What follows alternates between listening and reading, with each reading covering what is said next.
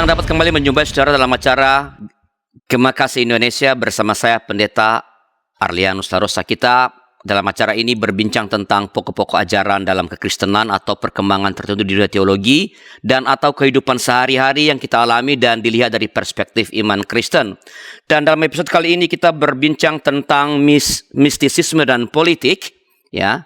Topik yang kelihatannya baru pertama kali kita bahas di acara ini, dan untuk mempercakapkan telah kita bersama-sama dengan kita Bapak Pendeta Nindyo Sasongko. Selamat malam di sana ya Pak Nindyo. Betul, Pak Pendeta Arlianus Larosa. Terima kasih untuk kesempatan ini. Senang sekali berjumpa kembali dengan Bapak. Selamat pagi yang ada di Indonesia, di Jakarta ini, Pak. Tepatnya di kota mana ini Pak Nindyo? Saya di kota New York, Pak. Di New York ya? Di New York. Jadi kurang lebih jam 11 malam ini ini di sana. Ya, sebentar lagi udah tengah malam, udah pindah hari sebentar lagi berarti. Oke, Pak Nindyo adalah pendeta dari GKMI Gereja Kristen Muria Indonesia dan sedang menempuh studi doktoral di Fordham University. Ya. Bagi orang-orang yang senang belajar teologi atau lihat-lihat di YouTube, mesti tidak asing dengan beliau. Itu dia mengasuh atau mendirikan apa yang disebut teoflogi, ya. Ya, dan itu membicarakan aneka topik, dan ada info review tentang buku-buku yang teologi yang baru, dan ini sangat menolong sebenarnya bagi para pendeta di jemaat yang mungkin tidak punya kesempatan banyak untuk membaca atau mau baca tapi bukunya tidak ada di Indonesia barangkali, ya. Jadi kita bicara tentang mistisisme dan politik. Oke Pak Nindyo, kalau saya mendengarkan kata mistis atau mistisisme itu, saya sebenarnya langsung teringat pada dua hal sekaligus, yaitu rahasia dan kebersatuan atau hasrat untuk bersatu bahkan melebur. Nah, saya ingin mulai dengan menjernihkan istilah ini supaya para pendengar kita juga clear betul apa yang hendak kita bicarakan. Apa sih yang dimaksud dengan mistisisme dalam topik kita ini? Wah, terima kasih Pak Pendeta Arlianus Larosa. Apa yang dikatakan oleh Bapak itu tidak salah sebenarnya, tapi justru ada kesalahpahaman yang banyak dimiliki oleh orang-orang dan tak terkecuali oleh pendeta bahkan teolog. Kalau bicara mengenai mistisisme, yang selalu muncul dalam pikiran itu adalah klinik. Gitu ya, hal-hal yang nggak jelas gitu. Dan berkenaan dengan perdukunan begitu Pak. Nah, yang selalu juga dianggap bertentangan dengan hal-hal yang rasional, lalu juga bertentangan dengan hal-hal yang kehidupan tiap hari. Nah, beberapa dekade yang lalu kita tahu juga misalnya di dunia teologi misalnya, teolog-teolog yang dari Eropa itu agak anti bicara mengenai mistisisme karena identiknya dengan agama-agama Barat begitu, Pak.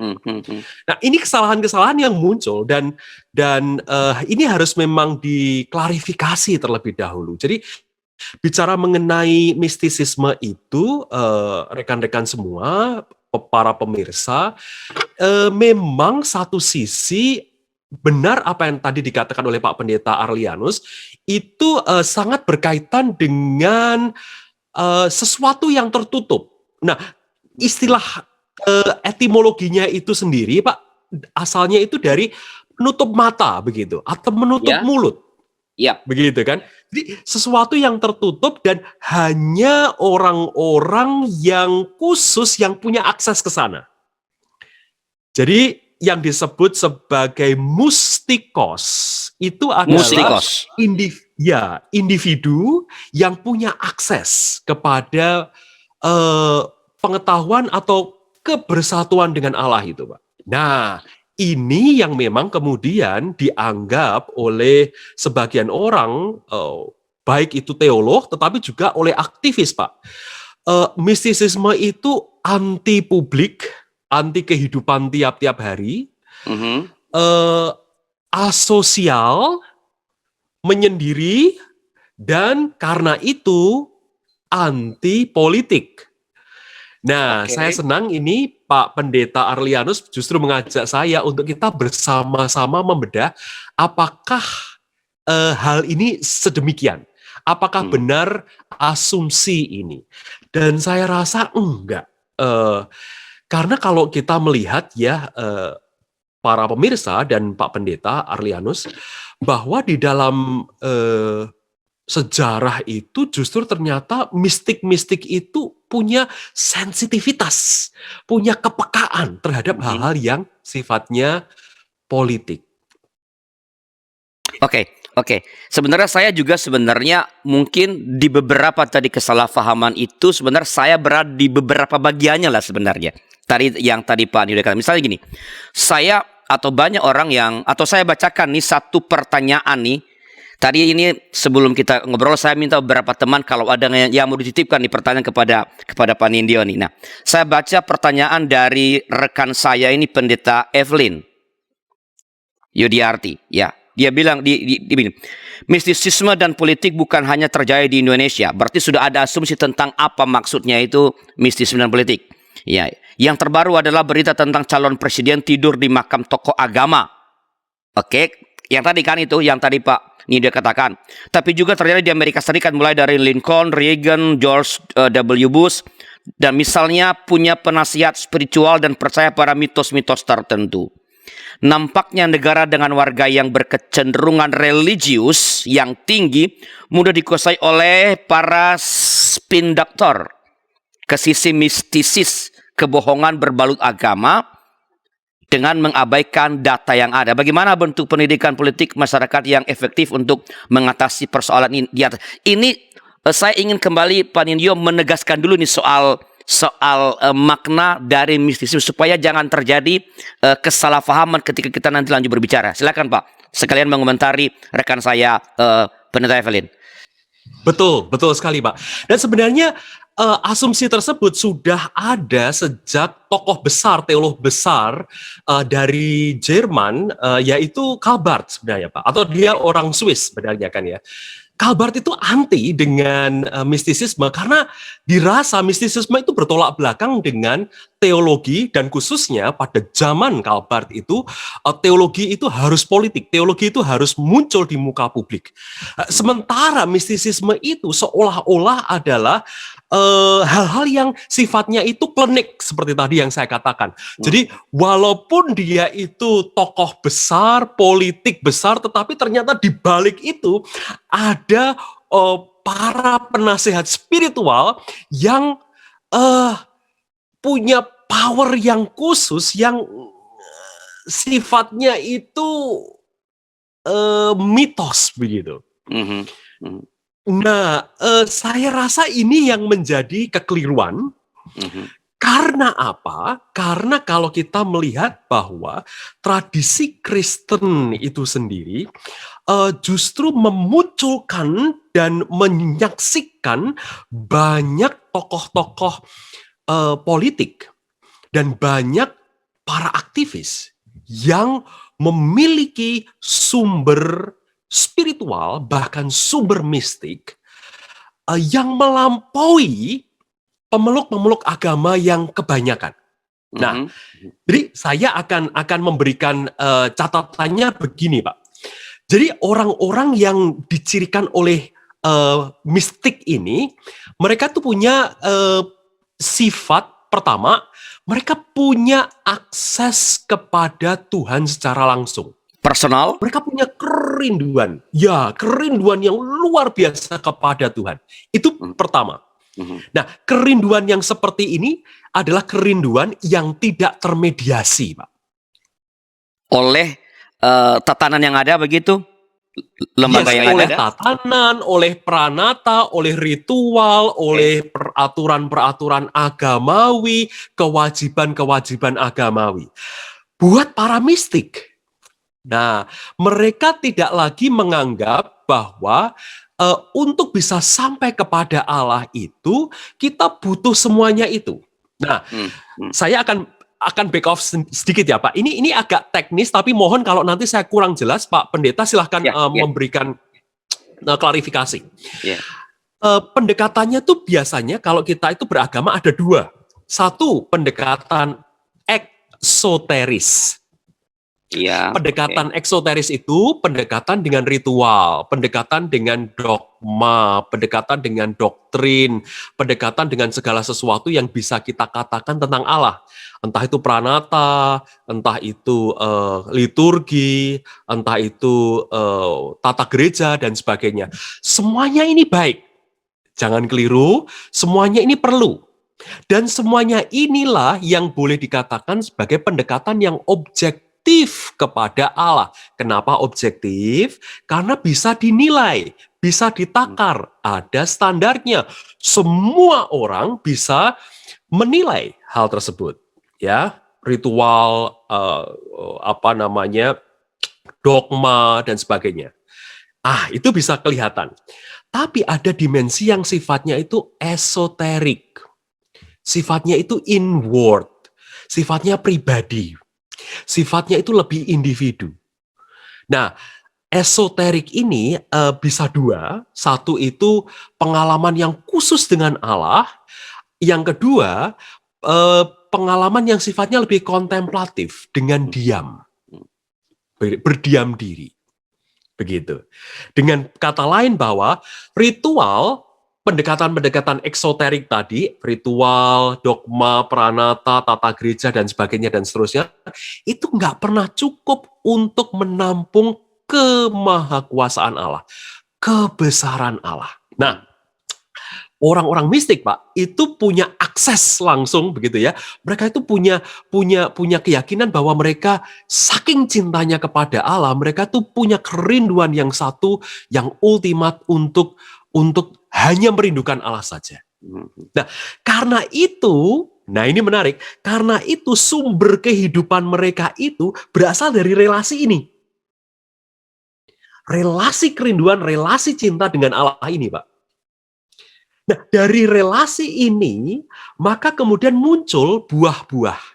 Muncul virtues, muncul kebajikan-kebajikan, karakter-karakter. Dan karena muncul karakter-karakter, maka biasanya para mistik ini yang paling sensitif kalau nggak ada ketidakadilan. Di mana cinta direnggut, di situ justru kaum mistik ini yang paling sensitif. Ini ada sesuatu yang nggak beres. Dan mereka yang justru yang berani bertindak lebih dahulu. Mereka yang berani pasang badan. Kenapa demikian? Karena mereka nggak takut akan bahaya. Kenapa? Kematian tidak lagi menguasai mereka. Oleh sebab mereka itu langsung kepada Allah. Mereka dimiliki oleh Sang Tuhan itu. Jadi punya hubungan yang sangat personal, sangat dalam, sangat intim. Kalau boleh mengatakan melampaui sebenarnya relasi rata-rata orang yang bertuhan yang lainnya. Oke, nah kalau begitu sudah saya tangkap nih Pak Nindyo, para mistik atau mistik ini kan sangat bersifat personal jadinya. Ya, nah bagaimana ini dihubungkan dengan politik yang justru berkaitan menata kehidupan politis, menata kehidupan bersama sebagai masyarakat. Bagaimana ini bisa dikaitkan? Kita akan dengarkan setelah informasi berikut ini.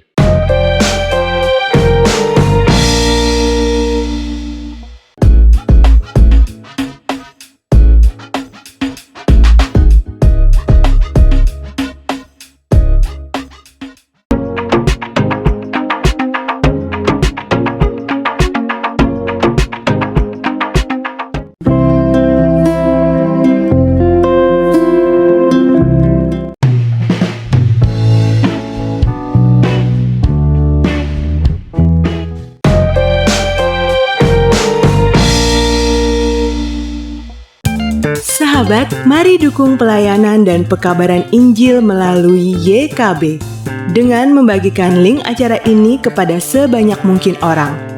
Dukungan juga dapat saudara lakukan dengan mentransfer dukungan finansial ke rekening BCA ke nomor 450 305 2990 450 305 2990 atas nama Yayasan Komunikasi Bersama.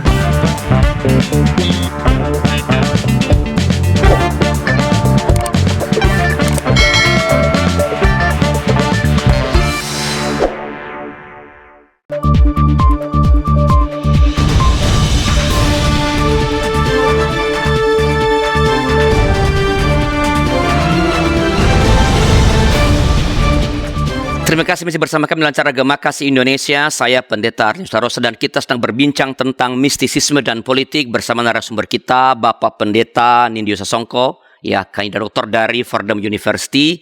Sekali lagi ini, ya karena saya agak lebih tua, ini teolog muda, nggak muda-muda amat juga sih sebenarnya, tapi yang pemikirannya sangat luar biasa.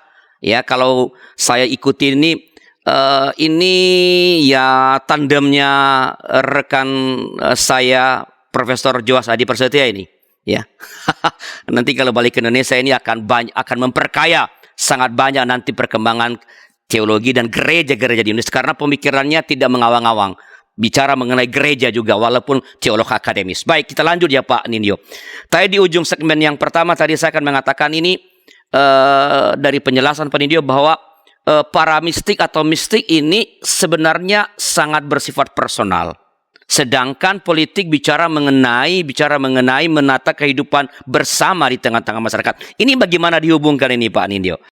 Wow, ini pertanyaan yang sangat penting, Pak. Dan ini yang juga menjadi biasanya mereka yang terjun di lapangan dan khususnya para aktivis merasa bahwa kaum mistik itu tidak kontribusi apa-apa dengan perubahan-perubahan. Karena bicara mengenai politik, Pak Pendeta Arlianus benar sekali, politik itu kan bicara menata polis, menata kota, menata negara, begitu. Dan bagaimana yang sangat individu itu bisa kemudian mengubah tatanan yang timpang, yang tidak adil.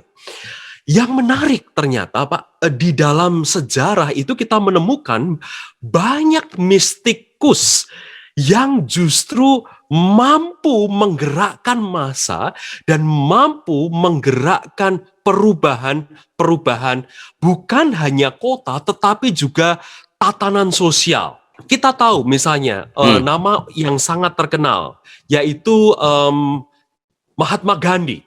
Ya, saya ambil satu contoh yang bukan Kristen terlebih dahulu. Tapi sangat familiar kan ini, sangat familiar. Yang sangat familiar, kita tahu semua. Siapa sih yang nggak tahu Mahatma Gandhi begitu? Mahatma Gandhi menggerakkan dengan pergerakan non-violentnya, kekerasannya di India. Well, betul sekali. Pasti tentu saja secara pernak-pernik ada kontroversi-kontroversi di balik Mahatma Gandhi, kita bisa diskusikan itu tentu saja. Tetapi siapa Mahatma Gandhi? Kalau kita perhatikan baik-baik bahwa gerakannya mau nggak mau harus diakui, dia adalah mulainya dari seorang yang saleh, yang religius, dia seorang Hindu yang taat. Tapi keberaniannya untuk tampil di depan massa, itu sebab kenapa? Sebab dia sendiri merasakan bahwa dia sudah direngkuh oleh sang ultimat, oleh sang yang dia sebut sebagai yang maha ilahi itu, dan dia tidak takut mati, karena aksesnya dia itu adalah Allah sendiri, dan dia tampil di depan, dia tampil di massa. Dan karena itu, dia berhasil menggerakkan orang-orang India untuk say no to British products misalnya. Dan karena itu orang-orang Inggris kan jadi kelimpungan karena produk-produk mereka tidak laku. Paling tidak itu yang pertama kita melihat ya, Mahatma Gandhi. Yang kedua, Pak Pendeta, contoh yang sangat kita bisa tunjukkan yaitu Martin Luther King Jr. di negara Amerika Serikat ini. Siapa dia? Dia dari seorang pendeta. Dia pendeta Protestan. Dia seorang pendeta dari southern part of this country, begitu kan? Di mana segregasi, isu rasisme itu besar sekali di tempatnya. Siapa Martin Luther King Jr.? Dia seorang yang sebenarnya dari latar belakangnya sendiri, dia seorang privilege. By the way, Gandhi juga, bukan? Gandhi seorang yang belajar dari Oxford, dari Inggris. Nah, Martin Luther King Jr. juga, dia S1-nya di Morehouse College. Sebuah college yang luar biasa, prestisius di negara ini. Lalu dia mencapai gelar PhD dalam bidang teologi dari Boston University, sekolah yang sama juga dengan Profesor Yoas. Nah, kita tahu bahwa dalam posisi yang seperti ini dia itu nggak kurang apa-apa. Tetapi yang luar biasa, Martin Luther King Jr. ini tidak menemukan kebahagiaan hanya dengan semua gelar, semua capaian yang dia dapatkan. Dia punya mentor, Pak. Mentor yang namanya adalah Howard Thurman. Howard Thurman seorang yang saleh sekali. Dia seorang teolog, tetapi di kemudian hari dia tidak mau disebut teolog dan dia lebih suka disebut mystikus. Mengapa? Karena istilah teolog itu sudah terlalu loaded. Karena dia kecewa juga dengan teolog-teolog yang nggak pernah bergerak dengan isu-isu keadilan sosial, rasisme pada waktu itu. Dan dia mementori Martin Luther King Jr. Dan Martin Luther King Jr. yang kemudian memang menggerakkan massa dengan pidato-pidatonya yang luar biasa. Dan kalau kita tahu pidato-pidatonya Martin Luther King, itu senternya satu. Senternya adalah cinta, love.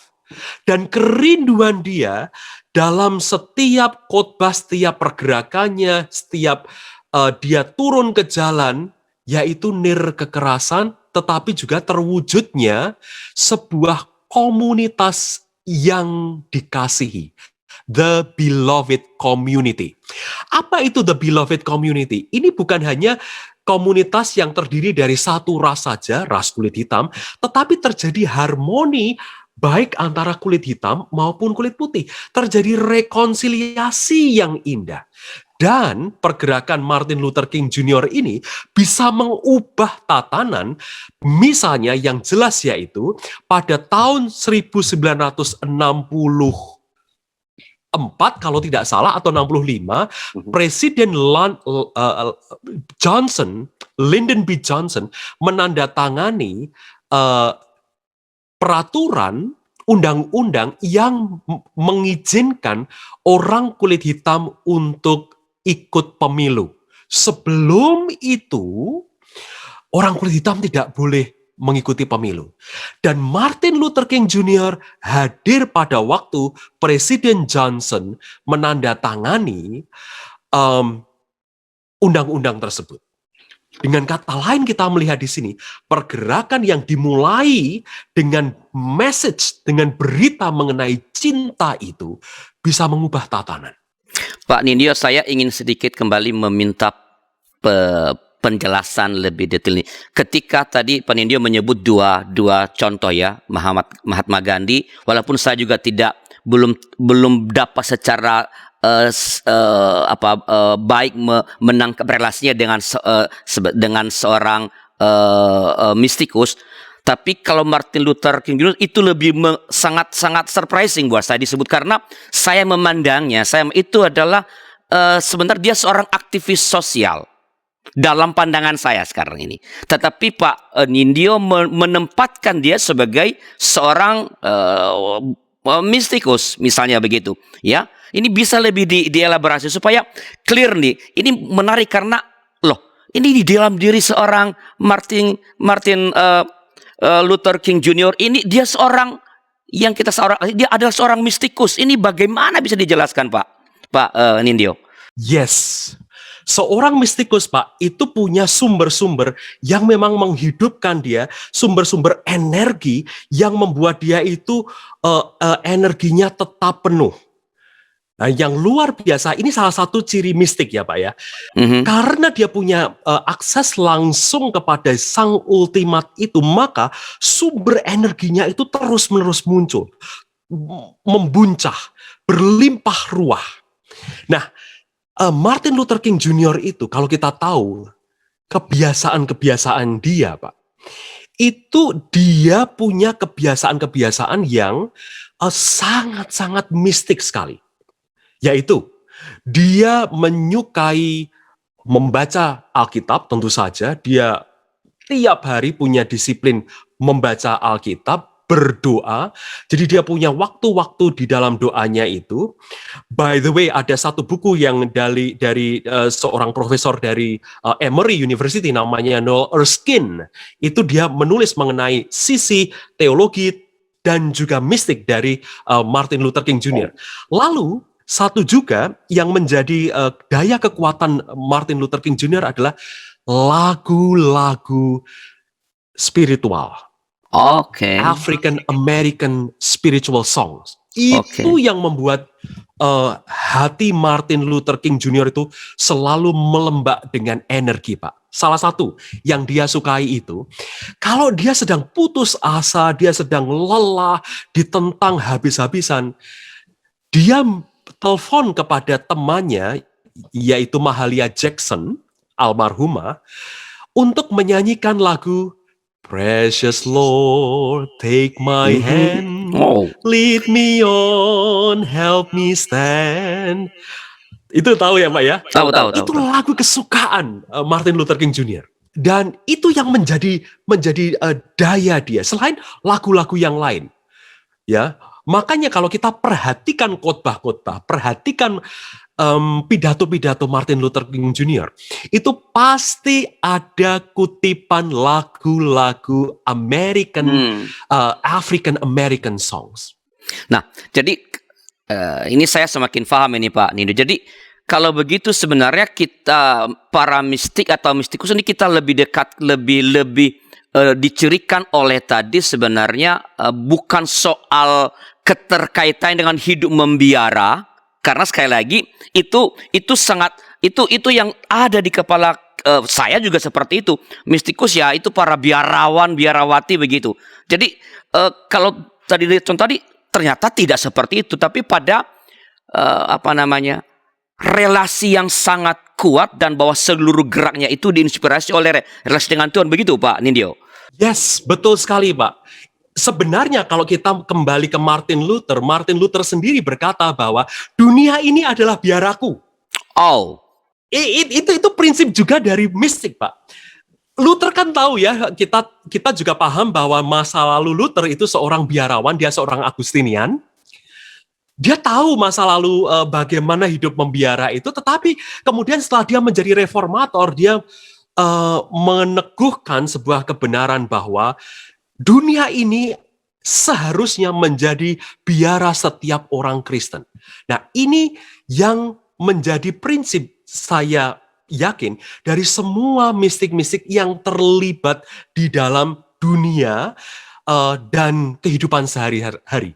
Jadi Pak, di sini yang sangat menarik, kita patut memikirkan ulang mengenai mistik itu. Mistik bisa terjadi setiap hari. Ekspresi, manifestasi, mistisisme itu bukan hanya atau bukan semata-mata untuk orang-orang yang meninggalkan keramaian dunia ini lalu menyepi, tetapi mereka yang ada di dunia, hadir di dunia ini, tetapi di dalam kehidupan tiap-tiap hari, mereka tahu bahwa mereka punya akses langsung kepada yang ultima. Dan itu dicontohkan oleh yang sangat kontemporer, kita tahu Martin Luther King Jr. ya. Kalau begitu sebenarnya pertanyaan saya adalah bagaimana kita membedakan nih, kalau memang perlu dibedakan antara para mistik atau mistikus dengan yang saya katakan aktivis sosial. Misalnya nih, saya mau kasih supaya dekat dengan kita di Indonesia dan orang Kristen Indonesia. Apakah almarhum yang baru saja meninggal kita, Mokhtar Pakpahan, ayah rekan kita Binsar ya, apakah ia itu bisa digolongkan seorang mistikus juga karena gerak kehidupan sosialnya sangat tidak ada orang yang meragukan, atau ia adalah seorang aktivis? Bagaimana membedakan ini, karena hasilnya kan sama yang kita lihat, hasilnya sama, mungkin prosesnya yang berbeda, tapi ini akan kita dengarkan setelah informasi berikut ini.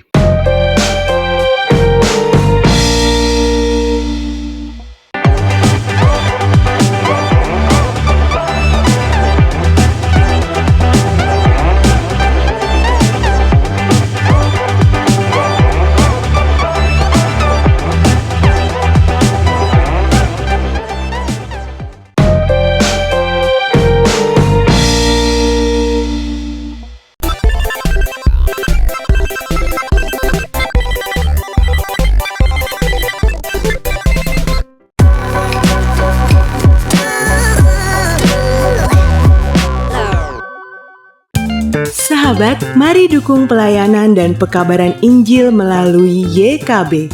dengan membagikan link acara ini kepada sebanyak mungkin orang. Dukungan juga dapat saudara lakukan dengan mentransfer dukungan finansial ke rekening BCA ke nomor 450 305 2990 450 305 2990 atas nama Yayasan Komunikasi Bersama.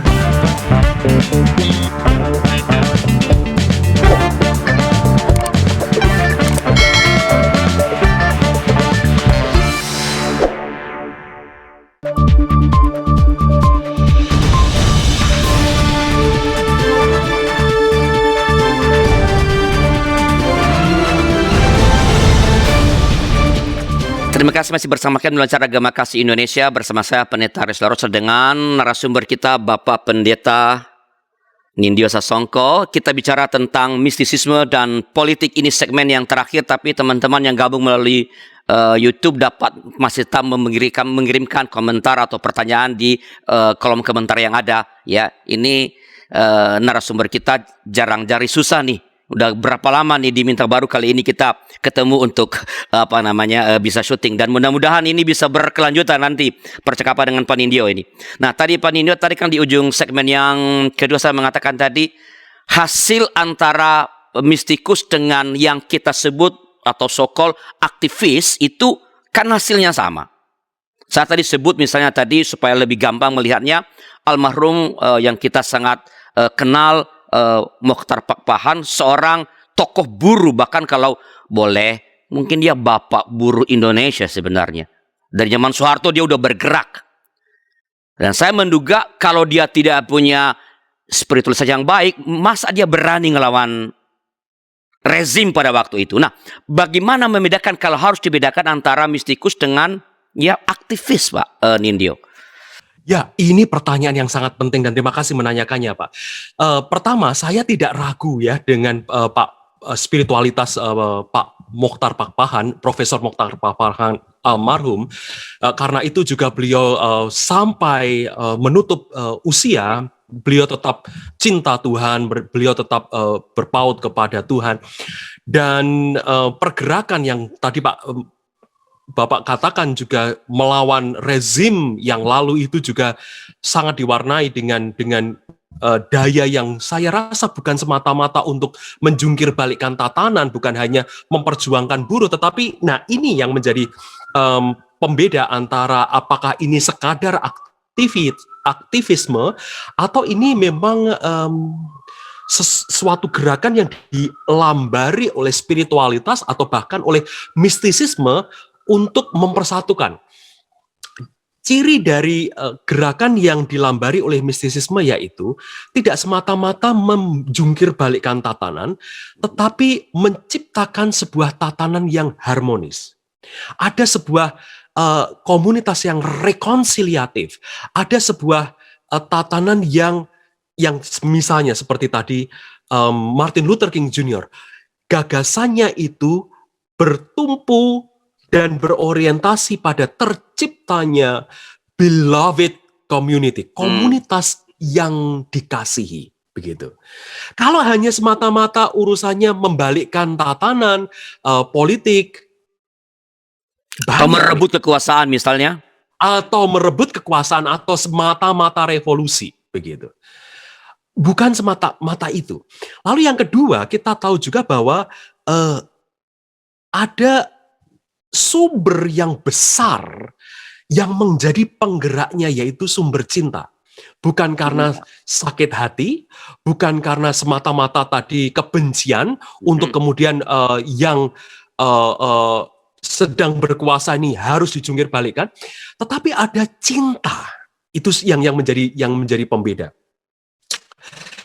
Kalau kita melihat misalnya Pak, sekali lagi yang saya tahu yaitu Martin Luther King Jr., di dalam pidato-pidatonya dia tidak pernah menyerukan pembalasan, ya, dia tidak pernah menyerukan supaya orang itu membalas mata ganti mata, kejahatan dibalas dengan kejahatan, tidak, gitu.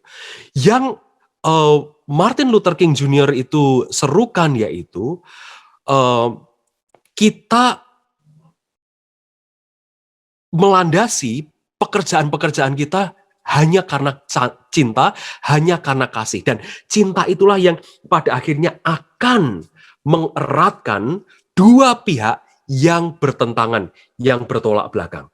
Nah, itulah sebabnya, dan ini juga yang membedakan antara aktivisme dengan mistisisme yang kemudian terlibat di dalam kehidupan publik dan politik, yaitu sustainable, berkelanjutan, terus-menerus. Mengapa? Karena sumbernya bukan semata-mata revolusi, bukan semata-mata tatanan yang ditunggang-balikkan, tetapi terciptanya tadi sebuah komunitas yang harmonis. Hasrat bersatu, artinya hasrat bersatu yang ada dalam mistisisme itu bukan hanya menyangkut antara sang mistik atau mistikus dengan sang sumber, tetapi juga dari hasil perjuangannya, begitu Pak Nindyo. Misalnya kalau berjuang untuk sebut misalnya Mandela. Entah apakah bisa sebagai Mandela. Perjuangannya bukan hanya kebersatuannya dengan Allah yang ia percaya, tetapi juga bahwa yang berkonflik ini menjadi bersatu. Begitu maksudnya hasrat bersatu itu. Terima kasih Pak Pendeta menyebutkan Nelson Mandela, dan itu juga membuat saya mengingat Desmond Tutu misalnya. Oh yes, ya. Itu kan Dalai Lama misalnya. Gitu kan? Ini kan tokoh-tokoh yang memang jelas sekali mereka itu tokoh-tokoh besar perdamaian, dan sumber kehidupan mereka itu adalah sumber yang memang dihasratkan pada cinta, dan cinta yang mewujud secara nyata, secara jelas. Betul sekali yang Pak katakan, yaitu ini mewujudkan apa yang sebenarnya Yesus Kristus sendiri katakan, cinta kepada Allah dan cinta kepada sesama. Mistisisme bukan hanya berhasrat untuk kemudian naik kepada Allah saja. Karena apa? Buat seorang mistik, mereka sudah dapat. Mereka sudah dapat akses itu. Nah, sekarang akses itu justru kemudian melembab, akses itu membuncah, akses itu berlimpah, dan limpahannya itu mengalir kepada yang horizontal.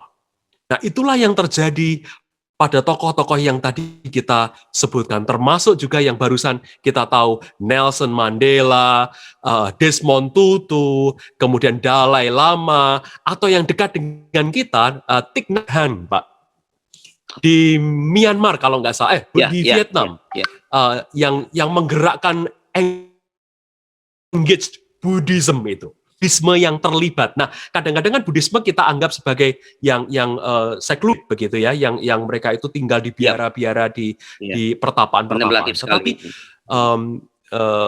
yang Thich Nhat Hanh katakan, kita harus engage dengan sosial, dengan kehidupan sosial. Nah, kalau dari contoh unsur yang vertikal itu tidak cukup tapi juga harus menjadi horizontal. Dari nama-nama yang Pak Nindyo mention tadi itu, saya melihat bahwa betapa mistisisme itu atau para mistik atau mistikus itu telah melahirkan gerakan-gerakan perubahan dalam dunia politik, gerakan perdamaian. Ya, sangat luar Martin Luther King Jr., Mandela dan sebagainya. Pertanyaan saya sebagai seorang pendeta gereja Protestan ini, Pak, sama ya, saya mengamati, mudah-mudahan saya keliru, justru katanya saja, termnya mistisisme ini absen dalam perjalanan gereja Protestan. Kalau saya keliru mau dikoreksi. Tapi kalau pengamatan saya ini benar, padahal ini dampaknya sangat luar biasa, ini mengapa ini bisa hilang di Protestantisme, Pak Nindyo? Ini pertanyaan yang sangat bagus sekali, dan saya suka Bapak mempertanyakan ini kepada saya. Dan betul sekali amatan Pak Arlianus mengenai hilangnya aspek mistisisme di Protestantisme.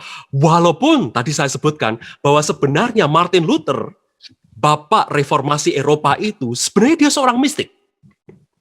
Nah, kalau kita lihat Johannes Calvin juga, sebenarnya buku Institutionnya itu juga kita bisa membaca perspektif mistisisme itu besar. Kebersatuan umat percaya dengan Yesus Kristus itu menjadi titik tekan yang besar oleh Johannes Calvin.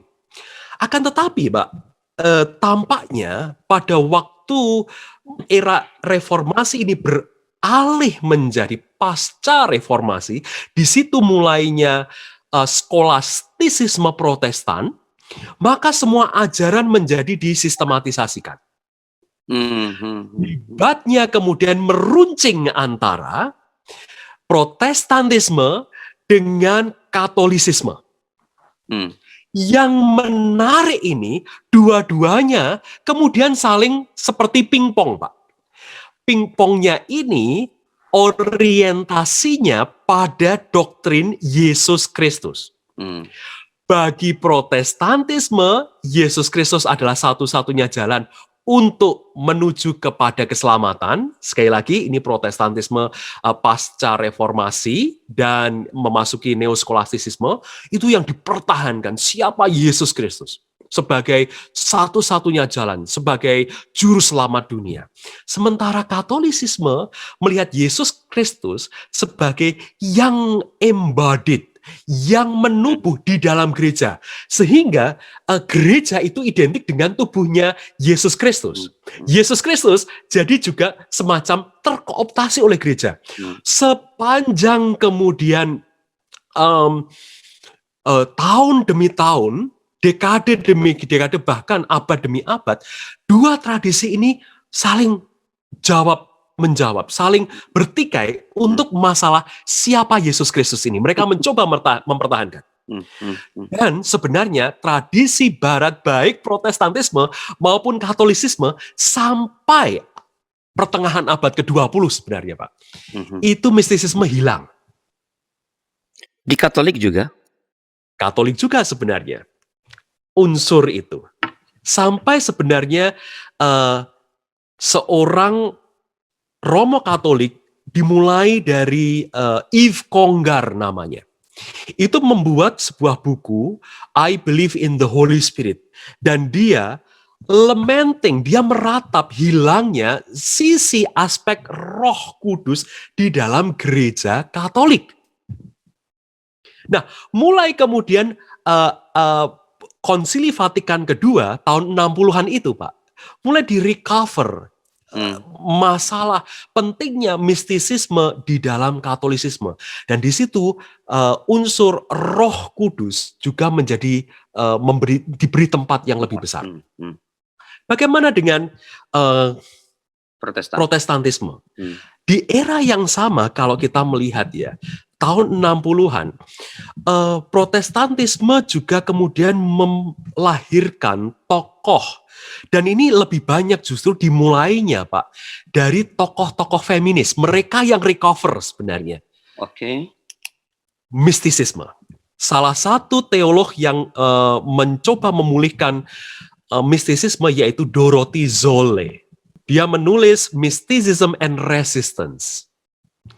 Dan Dorothy Zolle, dia seorang Lutheran, dia teolog dari Jerman, yang kita tahu bahwa Jerman seperti tadi yang kita sudah sebutkan, itu melupakan aspek mistisisme dalam sejarahnya, khususnya setelah abad-abad ke-19, ketika Mazhab Tübingen itu menyerukan historis kritis, pendekatan-pendekatan yang lebih kritis terhadap agama, maka Protestantisme juga hilang. Nah, Dorothy Zolle adalah salah satu teolog Protestan feminis yang kemudian recover. Mistisisme itu penting. Dan dari situ, Pak, kemudian mulai direcover kekayaan tradisi dari mistisisme di abad-abad yang lalu. Apa dampaknya bagi gereja Protestan ketika mistisisme itu jadi hilang nih Pak Nindyo? Supaya dengan mengetahui yang hilangnya, mudah-mudahan kerinduan untuk kembali menggairahkannya ini menjadi muncul. Wah, menarik ini Pak. Ini pertanyaan yang juga penting. Ketika sisi mistisisme hilang, ketika spiritualitas itu hilang, maka yang muncul adalah pertikaian institusional. Dan itu yang sebenarnya kita harus juga berkaca dari saudara-saudara kita di Katolik. Ketika mistisisme hilang, maka gereja itu menjadi gereja yang institutionalized sekali. Maka ketika abad ke-19, Pak, misalnya ketika kita melihat gereja Katolik itu menyebut diri sebagai societas perfecta, a perfect society. Masyarakat yang perfect. Jadi gereja itu dilihat sebagai komunitas masyarakat yang sempurna. Mengapa demikian? Karena aspek mistisismenya hilang. Kehidupan yang lebih dinamis, kehidupan untuk mengalami Allah, itu jadi hilang. Nah, ketika kehidupan mengalami Allah itu hilang, sensitivitas terhadap sesama, seperti tadi yang Bapak katakan, itu pun menjadi pudar. Dan sebenarnya hilang gereja di situ sebenarnya. Tepat sekali. Oke Pak Nindyo, ini percakapan sangat menarik, tapi memang waktu kita ini terbatas nih. Sebelum kita mengakhiri percakapan kita ini, apakah ada, saya sebutnya sebagai pesan pastoral dari Pak Nindyo kepada para pemirsa kita berkaitan dengan topik kita kali ini, mistisisme dan politik? Silakan Pak Nindyo. Ya, terima kasih Pak.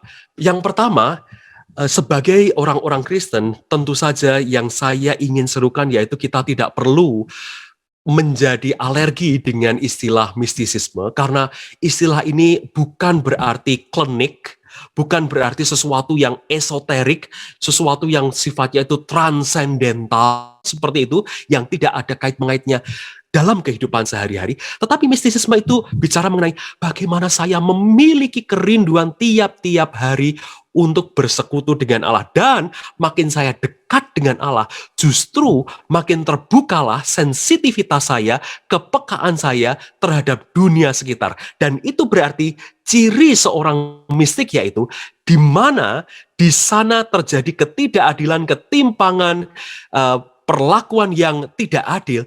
Seorang mistik yang punya akses yang intim dengan Allah, itu yang pertama-tama justru memiliki kerinduan untuk berkata, ini yang nggak boleh, ini harus berubah.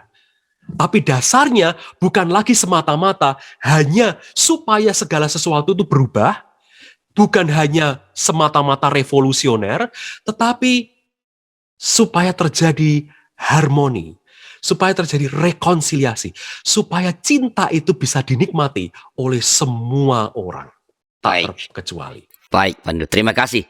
Terima kasih Pak Nindyo atas pencerahan. Saya percaya percakapan kita ini akan memberi pemahaman yang lebih segar bagi banyak orang utamanya mengenai konsep mistisisme. Saya berharap ini akan menggerakkan juga gereja-gereja Protestan untuk semakin menghidupi ini, ya,